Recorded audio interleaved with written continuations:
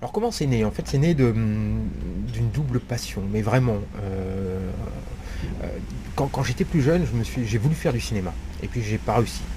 Et après, donc, je m'en suis un petit peu éloigné. Et je connaissais pas le champagne. Et il se trouve que lors d'un voyage à Reims, c'est parce que sur un projet, je travaille avec une marque de champagne, je me suis intéressé au champagne au cinéma en regardant Casablanca, dans lequel il y a cette marque. Et j'ai voulu chercher un livre sur le champagne au cinéma et je ne l'ai jamais trouvé. Et donc au début, c'est devenu un petit peu une sorte de petite passion, petit violon dingue, encore violon dingue c'est déjà, mais une petite passion comme ça que je faisais le samedi et le dimanche, de m'intéresser, de voir des films, essayer de trouver le champagne ou d'imaginer dans quel film on pouvait trouver du champagne. Et au fur et à mesure, euh, j'ai commencé à m'intéresser d'abord davantage au champagne et vraiment à regarder comment dans les films le champagne pouvait être vu à défaut d'être bu. ابدا مش غصب عني انا اللي اخترت احبك ودي اول خطوه صح وجودك جنب مني وجودي Oh جنب là là, mais c'est déjà le troisième épisode. Alors on est tombé sur un maniaque du champagne, un obsessionnel du photogramme. L'occasion était trop belle. صح امنت يا حب اني من اول يوم قابلتك والعمر ماشي صح On est à l'Avin-Première, qui est un bar qui moi je l'appelle le bar, le meilleur bar à vin et sur le cinéma de l'Est parisien. Et c'est là que j'ai commencé mes premières présentations sur le champagne au cinéma. Et parce que j'étais très ami avec le patron de ce lieu, qui est Rano, et qui peut-être passera tout à l'heure, mais c'est lui qui m'a fait le premier confiance. Et donc on a commencé, j'ai fait 3 présentations ici. Avec la première, c'était un petit peu, je débutais, on va dire, et puis après, ça s'est devenu un petit peu plus sans être professionnel, mais un petit peu plus travaillé. Et puis, je pense que j'en ferai bientôt une quatrième sur l'histoire, le côté obscur de l'histoire du champagne au cinéma. Nous sommes avec Gabriel Leroux. C'est un ancien vidéoclub. Et donc, Champagne et en fait, cinéma. au début, là, il a été refait, mais au début, il y avait encore même les cassettes vidéo, alors qu'il était déjà bar, restaurant. Donc, il y a toujours eu, et c'est pour ça que ça s'appelle l'Avin-Première, parce que vraiment, ça fait le lien entre le vin et le cinéma. Ce qui nous préoccupe, toi et moi. Ce qui nous préoccupe tout particulièrement, tous les deux, en effet. Alors on se connaissait pas. Non. Moi je suis tombé sur ton site un peu par hasard en essayant de trouver des extraits pour un montage de ma Soifothèque. D'accord. Je suis tombé sur cet article dédié à Hitchcock, L'homme qui l'aimait trop, et qui raconte la passion du maître pour la bulle. Alors j'ai trouvé que c'était très nourri, très documenté, que ce sont des travaux un peu qui font penser à ce qu'on peut découvrir sur internet dédié au samouraï de Jean-Pierre Melville, que tu dois connaître ce site. Bien sûr. Et il y a particulièrement dans cet article la possibilité d'approcher la pensée de la mise en scène du cinéaste. Le champagne ne devient plus décor, mais élément constitutif de la mise en scène, et plus largement sur ton site, qui constitue une base de connaissances très large sur l'utilisation du champagne au cinéma, qui peut aller de Méliès à Hollywood ou des Frères Lumière à la Hammer. Alors ma première question est, sujet de niche, bulle de riche. J'ai commencé à m'intéresser d'abord davantage au champagne et vraiment à regarder comment dans les films le champagne pouvait être vu à défaut d'être bu. Et là, il y avait véritablement quelque chose qui était une forme de réflexion sur la grammaire du cinéma à travers, et alors c'est là que la notion de niche, je trouve qu'elle est très intéressante, à travers en effet un détail. Parce que le champagne restera toujours au cinéma, quel que soit le film, un point de détail, mais un point de détail qui peut faire tout un film. Et il y a beaucoup de films, alors chez Hitchcock on va en reparler, mais il y a beaucoup de films où il y a simplement une scène avec du champagne, mais sans laquelle le film ne serait pas le film. Je vais prendre un exemple très simple que tout le monde connaît, c'est le second opus d'Indiana Jones.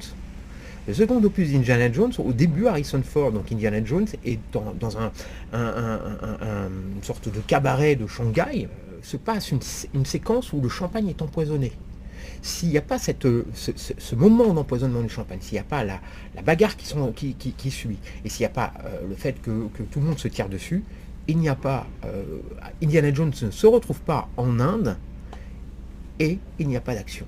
Sans le champagne, il n'y a pas le film. Et pourtant, le champagne représente un détail. Donc c'est une niche, mais je suis un bon chien. Nous sommes réunis avec quelques amis pour un séminaire gastronomique. Peut-être que ce qu'il faut recontextualiser, c'est le fait que la Champagne est héritière de l'Église.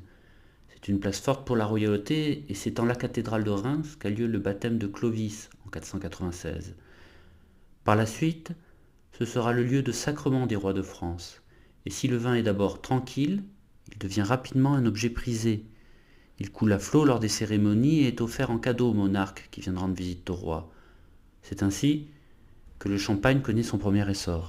Bulle de riche, oui, bien sûr, parce que d'une manière, l'histoire du champagne, c'est d'abord l'histoire d'une boisson qui n'a pas été bue par tout le monde, qui met du temps pour être bue par tout le monde, et puis qui va au fur et à mesure se démocratiser. Et je trouve que le cinéma, c'est le moment précisément où la bulle de riche finit, on passe, en fait, elle restera toujours une petite bulle de riche, mais on passe, on va dire, du champagne des tsars au champagne des stars, avec véritablement cette différence, c'est-à-dire que c'est une aristocratie démocratique. Donc bien sûr, il y a toujours une forme de richesse, qui peut d'ailleurs avoir un rapport aux vanités, parce qu'on va avoir un champagne vanité, un champagne vérité, mais le champagne va appartenir à tout le monde, même si à un moment donné, on réussit dans la vie, même si on n'en boit pas toujours, il y a quand même un champagne qui appartient à tout le monde. Encore plus d'ailleurs dans le cinéma français que dans le cinéma américain. Dans le cinéma américain, c'est un champagne qui est souvent partagé par des gens plus riches avec des gens éventuellement plus pauvres. Dans le champagne français, c'est un champagne républicain, fondamentalement républicain. On le voit dans les années 30 par exemple, au moment des films dits du réalisme poétique, donc assez à gauche. On voit des moments, par exemple, dans certains films de Renoir, où c'est véritablement un champagne qui peut être partagé par tout un chacun. Ou dans Gueule d'amour de Grémillon. Justement, il y a deux pistes là. Donc, on pourrait se dire, donc moi c'est le travail que j'effectue. Là, on parle particulièrement du champagne et de sa symbolique. Donc il s'agirait de dire pourquoi le champagne a une telle force symbolique, et d'autre part, expliquer aussi aux auditeurs ce qu'est le champagne d'un point de vue de méthodologique ou de technique, parce qu'il y a beaucoup de confusion. Le champagne est connu et copié à travers le monde entier, mais le grand de la population, il achète son champagne au supermarché, c'est un champagne industrialisé, il n'a pas forcément conscience des enjeux commerciaux qui l'accompagnent, il ne sait pas ce que ça distingue d'une méthode ancestrale ou d'un pétillant naturel. Alors toi, pour avoir travaillé avec une grande figure de la champagne, et je te remercie de ne pas faire de placement de produit, qu'est-ce que la méthode champenoise ? Est-ce que tu peux nous expliquer un peu symboliquement déjà d'où ça vient, avec peut-être la question du baptême de Clovis? Alors, sur l'histoire du champagne, je ne suis pas le spécialiste non plus. Il y a des gens qui ont fait des choses remarquables. Je pense à certains historiens. Là, bientôt, je vais interviewer Jean-Pierre Devreau, qui est un historien du Moyen-Âge, qui a fait presque une archéologie du champagne avant le champagne. Donc, moi, de ce que j'ai compris du champagne, parce que je l'ai découvert tardivement, il y a 9 ans, je ne connaissais pas. Pour moi, un champagne, c'était une boisson avec des bulles et avec un peu d'alcool, et qui se buvait essentiellement dans les anniversaires ou les fêtes. C'était comme ça que je le voyais, c'est-à-dire comme beaucoup de gens. Et je n'avais pas compris, par exemple, que c'était un vin qui n'était pas millésimé, par exemple. C'était un vin qui était composition de plusieurs années, avec vraiment un savoir-faire de la composition, parce que c'est un vin qui met vraiment en avant, je pense, l'intelligence justement de la composition des cépages et des années pour toujours trouver un goût qui doit être, je dirais, le goût de marque d'un certain champagne. Donc j'ai appris que le champagne était né, je dirais, entre le XVIe et le XVIIe siècle à peu près, que c'était d'abord un champagne en effet qui était en fait, c'était d'abord un champagne qui pétillait un petit peu mousseux naturellement. C'était un champagne de printemps, si je me souviens bien. Là, on pourra peut-être, tu pourras sans doute améliorer ma connaissance encore. Oui, ce qu'il faut expliquer, c'est déjà distinguer le champagne de la Champagne. C'est ça. La Champagne, c'est la région. Bien sûr. C'est la région la plus froide, c'est la limite nord de la fermentation des raisins. C'est le travail de l'homme contre le froid. Les fermentations s'estompent l'hiver et redémarrent au printemps. C'est ça. Et donc le premier vin était souvent un vin qui pétillait naturellement. Et après, il y a eu véritablement cet ajout notamment de sucre dans le vin qui a amené les bulles. Alors ça s'est fait, le champagne s'est fait lui-même, je ne sais plus quel anglais disait ça, mais à la fois ce sont aussi les Anglais qui ont fait le champagne, parce qu'il y avait une vraie demande, parce que ce vin de saute-bouchon, comme on le disait à l'époque, qui faisait sauter les bouchons, qui était un vin effervescent, qui n'était plus simplement naturellement effervescent, mais qui devenait effervescent par l'ajout notamment d'un peu de sucre, ou de beaucoup de sucre d'ailleurs, était véritablement un vin qui changeait un peu. Et puis c'est un vin surtout qui innovait. Pour avoir du champagne à l'époque, il fallait avoir quelque chose de très nouveau qui était une bouteille, qui soit une bouteille d'un verre suffisamment résistant pour pouvoir justement tenir cette effervescence. Parce que d'abord beaucoup de vins à l'époque, au tout début, au XVIe, XVIIe siècle, étaient vendus en barriques, qui étaient directement après mis dans soit du verre, mais soit d'autres récipients. Là, il fallait vraiment pour que la mousse prenne, que ça soit dans le verre, dans la bouteille, fermée, etc. Et donc, au fur et à mesure, entre le XVIIe et aujourd'hui, le champagne s'est affiné et c'est devenu le champagne qu'on connaît aujourd'hui. Et même le champagne du 19e siècle est très différent du champagne d'aujourd'hui, notamment, et ça on le voit d'ailleurs dans certains films, mais on a retrouvé du champagne qui avait été conservé sous la Baltique. Donc un champagne du 19e siècle, et quand ils l'ont bu, notamment du champagne vers 1820-1830, si je me souviens bien, les premières qu'ils ont remontées, c'était un champagne qui était beaucoup plus sucré. Alors qu'aujourd'hui, donc on voit aussi une évolution du goût et une évolution des manières de faire du champagne. Donc aujourd'hui, on sait faire du champagne, notamment du champagne brut. Et donc c'est comme ça que c'est arrivé. Alors c'est d'abord un champagne de cour, un champagne des cours et des aristocraties. Et notamment l'aristocratie aussi russe, par exemple, on en vendait. C'est aussi un vin qui s'est vendu tout de suite à l'international. Et c'est ça qui est assez étonnant, parce que le cinéma est aussi finalement un procédé qui s'est fait à l'international tout de suite.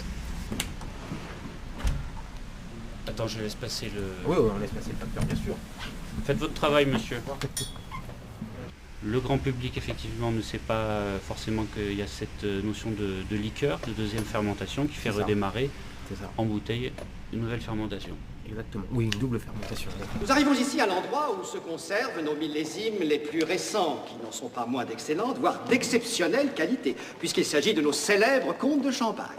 Mais peut-être, tu parlais de la dimension technique, des bouchons, du liège, de la bouteille. Peut-être que c'est l'occasion d'évoquer Dom Pérignon.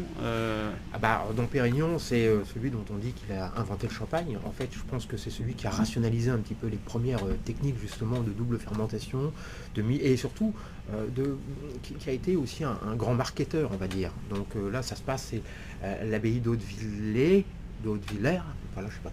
Hautevillers, où il était le chanoine, et c'est à partir des vignes qu'il y avait là-bas qu'il récoltait et qu'ils ont réussi à faire du champagne le vin qui est devenu, c'est-à-dire un véritable vin aristocratique, un vin qui était vraiment souhaité par les cours, et il a fait à la fois, je pense qu'il a rationalisé les premières méthodes et il a marketé énormément le champagne, et donc c'est devenu un petit peu celui dont on a dit qu'il a inventé le champagne, mais il a inventé non peut-être pas tout à fait les techniques, mais vraiment la boisson et aussi le mythe qu'il allait avoir avec le champagne. Alors si on peut dire une chose justement sur le cinéma, pour faire, si tu me permets de faire sur les bouteilles et les bouchons, il y a une chose aussi, c'est les bouchons et les bouteilles par exemple au cinéma. De plus en plus récemment, récemment on a vu des films qui justement essayaient de mettre en scène les premières bouteilles.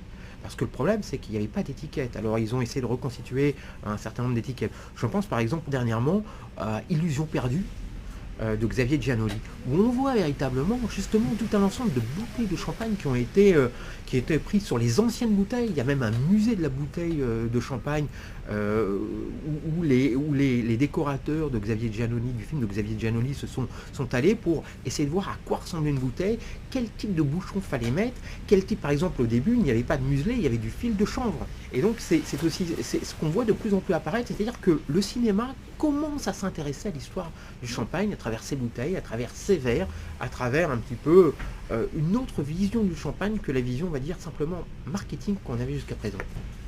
Gabriel, le champagne, c'est bien d'en parler, mais c'est peut-être bien aussi d'en goûter, d'en boire. Avec grand plaisir, bien sûr.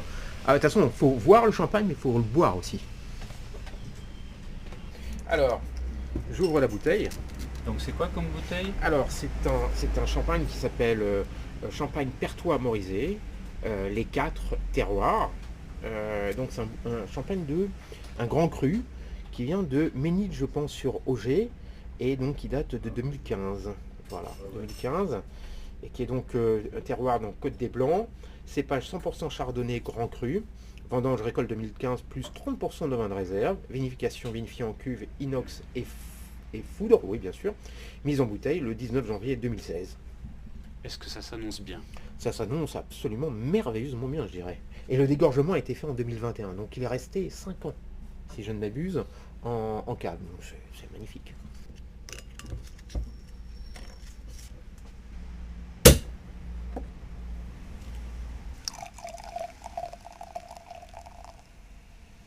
Voilà, on est déjà presque arrivé à Épernay. Oui, où j'étais d'ailleurs il n'y a pas si longtemps, j'ai fait une présentation sur cette question. En exposition, j'ai monté une exposition qui était présentée à Épernay, notamment au musée du champagne d'Épernay. Donc, belle chose, On va trinquer. On met le nez dedans. Ah bah. Alors on salue Un voyage en Champagne, Oui, Boris Politi, on salue Guillaume Ducruix de GD20 d'accord. qui nous ont proposé cette cuvée. Ah bah alors, on les salue, on les remercie vraiment, on va goûter. Oh, c'est une merveille. Ça, c'est une merveille, hein. Vraiment un grand merci. Un voyage en Champagne, ça me fait penser au magnifique livre qu'a signé Jean-Paul Kaufmann. Il avait fait un voyage à Bordeaux, il a fait un voyage en Champagne. Le journaliste qui avait été enlevé il y a quelques années au Liban, et il a des magnifiques, un voyage en Champagne, c'est un petit texte qui est superbe. Donc, qui irait très bien avec, à mon avis, il en serait heureux, qui irait très bien avec un champagne de cette qualité.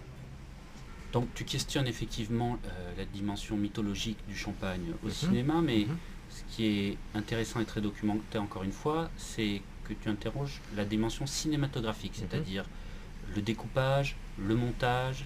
Est-ce que tu peux parler de ça? Alors oui, alors justement, on parlait d'Hitchcock tout à l'heure, je pense que c'est véritablement, de ce point de vue-là, le champagne a deux vertus au cinéma. La première, c'est sa qualité physique, notamment l'effervescence, et la seconde, c'est ses qualités symboliques. Et si on prend juste les qualités physiques, Hitchcock est sans doute le plus grand maître qui a travaillé le champagne au cinéma. Il faut se souvenir, par exemple, d'un film, alors d'abord, il avait fait un film qui s'appelait Champagne, mais qui n'est pas le plus intéressant. Il a fait un film qui s'appelait The Ring, qui était sur la boxe. Et dans The Ring, donc il date de 1928, le film, et en 1967, dans l'entretien, ou en 1963 je crois, dans l'entretien qu'il donne à François Truffaut, il se souvient de ce film très bien, et il se souvient d'une chose, du champagne. Il a utilisé dans une scène l'effervescence du champagne. Alors, on est dans un film muet, donc c'est une effervescence qu'on n'entend pas mais qu'on va voir. Il va mettre en scène le champagne, on verse du champagne, comme on doit attendre, pour féliciter le boxeur d'avoir gagné, et comme on doit attendre la femme du boxeur qui doit venir et qu'elle ne vient pas, personne ne prend les coupes de champagne, et le champagne qui pétille ne pétille plus. Et ça, il l'explique très bien. C'est-à-dire qu'à ce moment-là, on utilise, pour une simple chose, pour sculpter le ton, une qualité qui est propre au champagne, qui est son effervescence. Alors, propre au vin effervescent plus largement. Mais, et c'est là où la qualité symbolique arrive derrière, ça ne pourrait pas fonctionner aussi bien, je dirais, avec d'autres vins effervescents, surtout dans les années 20-30, où les vins comme le Cava ou le Prosecco n'étaient pas aussi valorisés qu'aujourd'hui ils le sont et travaillés aussi.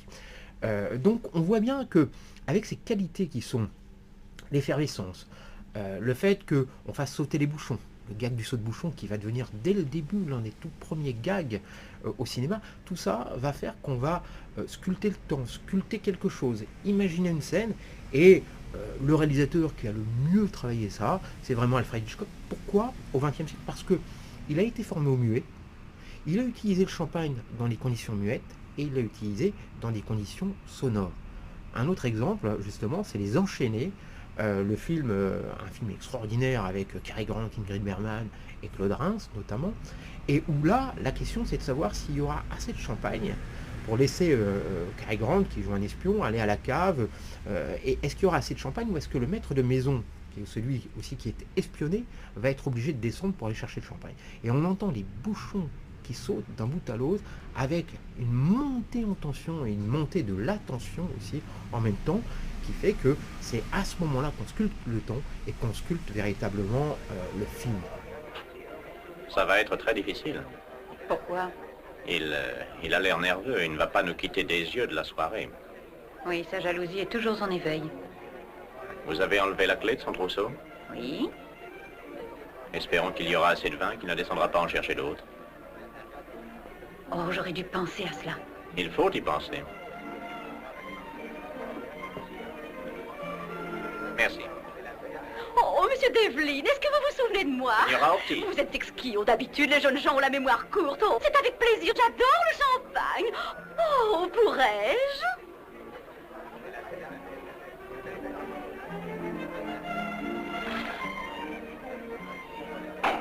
Joseph, Madame? avez-vous assez de champagne ici? Est-ce qu'il faudra aller vous en chercher? Je n'en sais rien, madame. J'espère que non. C'est le travail du suspense. C'est le travail du suspense, exactement. Et en fait, ce qui est extraordinaire dans le suspense, et ce qui marche très bien avec le champagne, c'est que, chez Hitchcock en tout cas, c'est que ce n'est pas l'imprévu qui surprend. ce qui surprend, c'est que c'est attendu. Et toute la question, c'est quand est-ce que ça va arriver? C'est ça le suspense. C'est pas quelque chose qui ne doit pas arriver qui arrive, c'est quelque chose dont on sait qu'il doit arriver, mais à quel moment ou comment, mais ça va arriver, et ça, le spectateur le sait. Et le bouchon de champagne qui saute en se disant à quel moment, de toute manière, il n'y aura plus de champagne, à quel moment ça va se passer, on sait que ça va se passer, mais on ne le sait pas. Donc on sculpte le temps, et le suspense, c'est du temps sculpté, et le champagne permet de sculpter le temps comme quasiment aucune autre boisson, qu'elle soit alcoolisée ou non alcoolisée. Et alors ce qui est très drôle, c'est que le caméo, c'est-à-dire le moment où Hitchcock apparaît, c'est justement devant cette table où il y a du champagne, il prend une coupe de champagne. Hitch, comme il aimait qu'on le nomme, en fait, il ne connaissait pas beaucoup le vin quand il a commencé le cinéma. Et puis, avec le cinéma, il s'est mis au vin et il s'est mis au champagne. Alors, il avait une des plus belles caves de vin de la Californie dans sa maison de Bellagio Road. Et surtout, le champagne servait, alors on voit dans un petit film, qui est un petit film de famille, on voit sa femme, Alma Revi, à un moment donné, quand il travaillait sur des scénarios avec ses scénaristes, elle amène un lambeau rempli de bouteilles de champagne parce qu'il buvait du champagne pendant qu'il travaillait.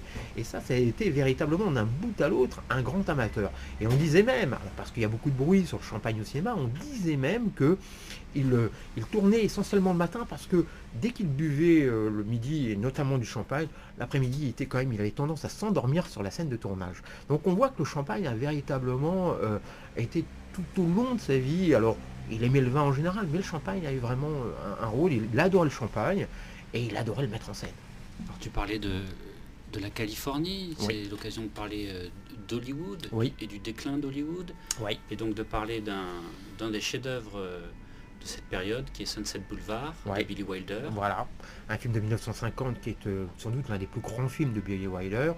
Et qui, alors, c'est un film qui pour moi est très important parce que c'est là que j'ai compris que le champagne allait vraiment m'intéresser au cinéma.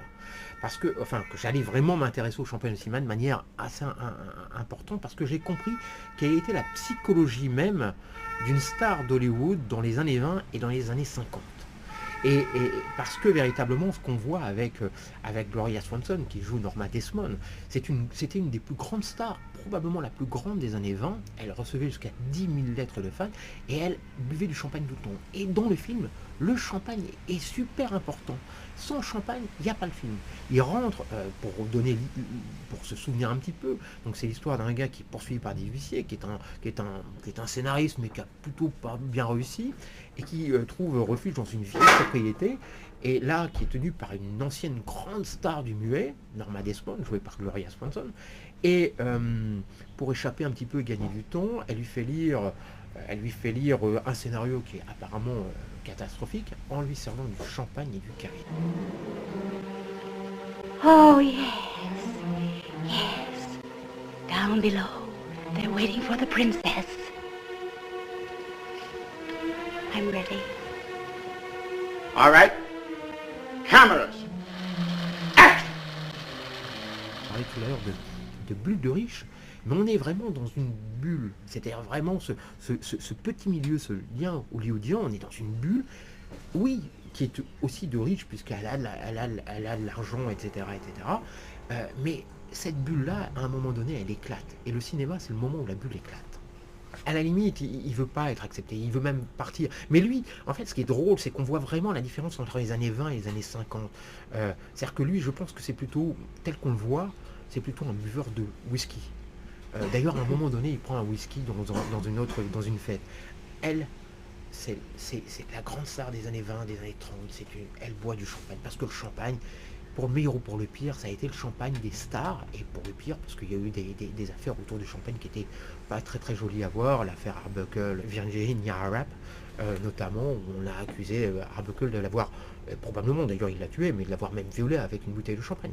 Donc on voit que le champagne a joué à ce moment-là dans le cinéma hollywoodien, pour le meilleur ou pour le pire, un détonateur et des personnalités et dans les films.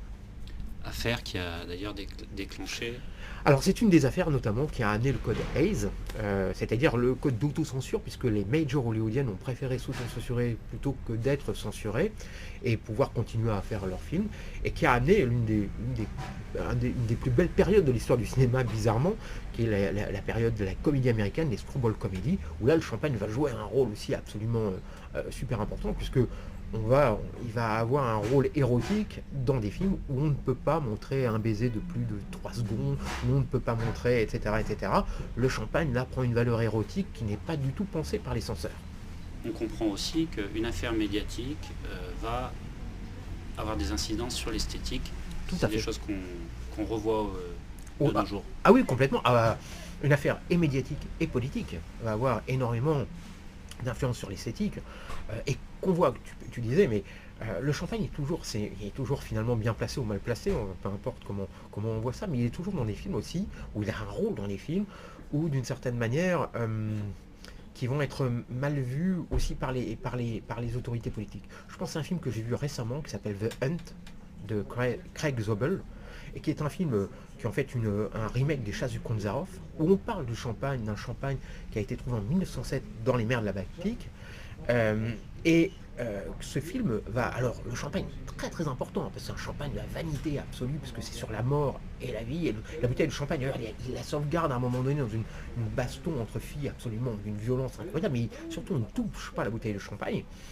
Et ce film va être retiré des écrans, je ne sais plus si c'est Universal ou Paramount, parce que notamment le pouvoir en place était encore Trump, supportait pas ce film, parce que finalement il se moquait aussi à la fois de l'électorat trumpiste ou à la fois de l'électorat d'ailleurs démocrate progressiste. Il y avait une grosse humour et ce film a été mis à l'écart. Donc le champagne a toujours ce côté un petit peu tangent. Voilà. On voit vraiment l'obsession champenoise. Tu vois ta vie à travers une bulle de champagne. Actuellement, ouais. En fait, et en plus, j'incite tout le monde à la voir comme ça. C'est-à-dire que là, bon, Ranon, s'il pouvait en parler, il pourrait dire que quand je mets ça dans l'esprit des gens regardent le film en se disant ah, il y a du champagne, ah, il n'y a pas de champagne, etc., etc. C'est-à-dire que moi, oui, maintenant, je vois que ça dans les films, mais je m'attache aux détails, et ça, c'est très important parce que dans un film, c'est le détail qui compte. Mais en revanche, j'incite les gens à faire la même chose. Retour au studio. Gabriel voulait terminer avec un extrait de Drunk, l'immense film de Thomas Winterberg avec Mads Mikkelsen. C'est un film profond sur la crise existentielle d'un homme de 50 ans et sa quête émancipatrice épicurienne. S'émanciper, se libérer par le plaisir, devenir un homme avec ce que cela comporte de libération du carcan parental et du carcan sociétal, par le plaisir, par l'ivresse, telle est la quête émancipatrice épicurienne. Gabriel nous présente l'extrait. Oui, alors il faut savoir que ce film, pour moi, je trouve que résume le mieux ce qu'on peut dire sur les vins effervescents, champagne, mais aussi les autres. Il y a 3 vins effervescents dans ce film. Il y a un cava qui est bu à la fin, très très mis en avant. Il y a un vin effervescent alsacien, mais là qui est bu par des étudiants. Et parce que les étudiants ne peuvent pas se payer forcément du champagne ou du cava. Et c'est très intéressant de ça. Et au début, on a une scène absolument extraordinaire dans un restaurant sur un champagne qu'on ne connaît pas du tout. On ne connaît pas du tout la marque, ni rien du tout. Mais dont le serveur dit, et là on l'entend dans la scène, si on ferme les yeux, on se retrouve en Champagne et on voit les vignes.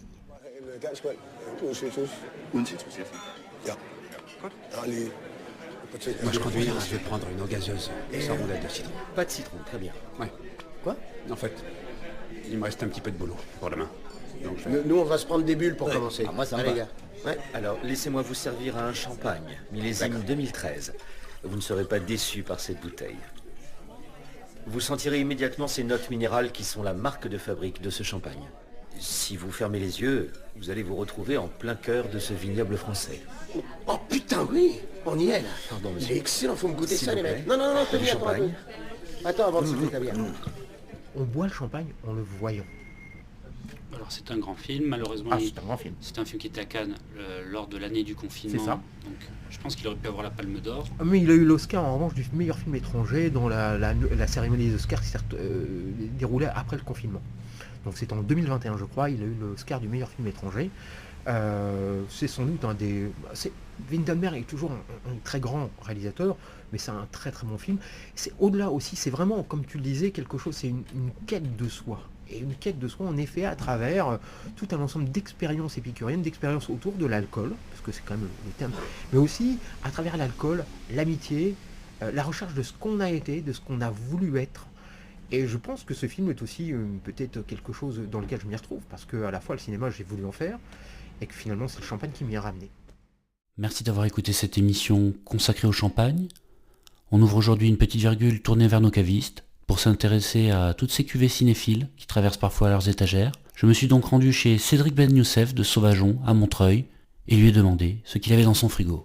Donc c'est la Jajatec du domaine des Abrigants dans le Languedoc, un domaine fraîchement installé qui nous donne des jolis vins, et donc ce vin-là issu de Carignan et de Grenache.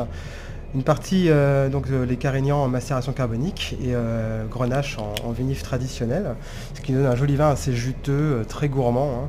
La carbo qui vient donner vraiment l'aspect un petit peu exalté du fruit, et le Grenache qui ramène toute la rondeur et le côté suave, vraiment un très joli vin de gourmandise et de fraîcheur, un vin des Abrigants issu du Languedoc.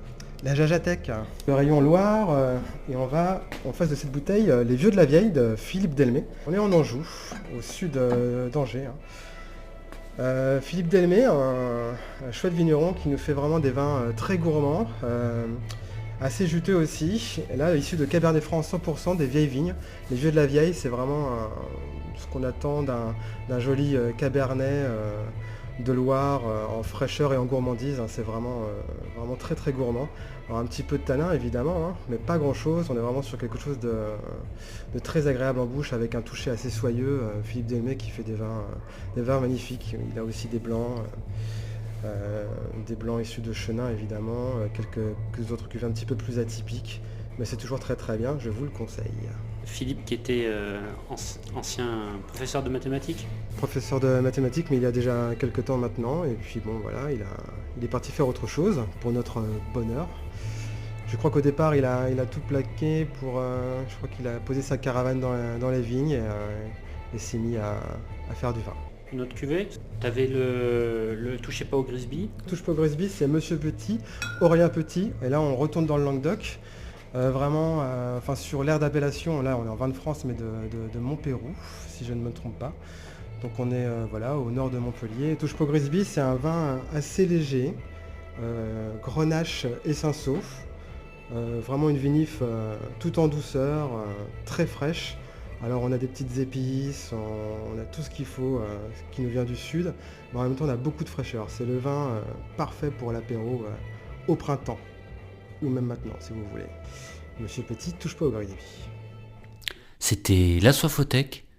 Je remercie Guillaume Ducruix de GD Vins, Boris Politi de Voyage en Champagne, Gabriel Leroux, notre invité de Champagne et Cinéma, Radjo de la Vin Première, Cédric Ben Youssef de Sauvageon à Montreuil. Je remercie les copains de Radio Vino. Vous pouvez suivre l'aventure Soifothèque sur les réseaux sociaux, Nicolas Soifothèque sur Facebook, La Soifothèque sur Instagram. J'attends vos retours et on se rejoint bientôt pour d'autres aventures du glou cinéphile.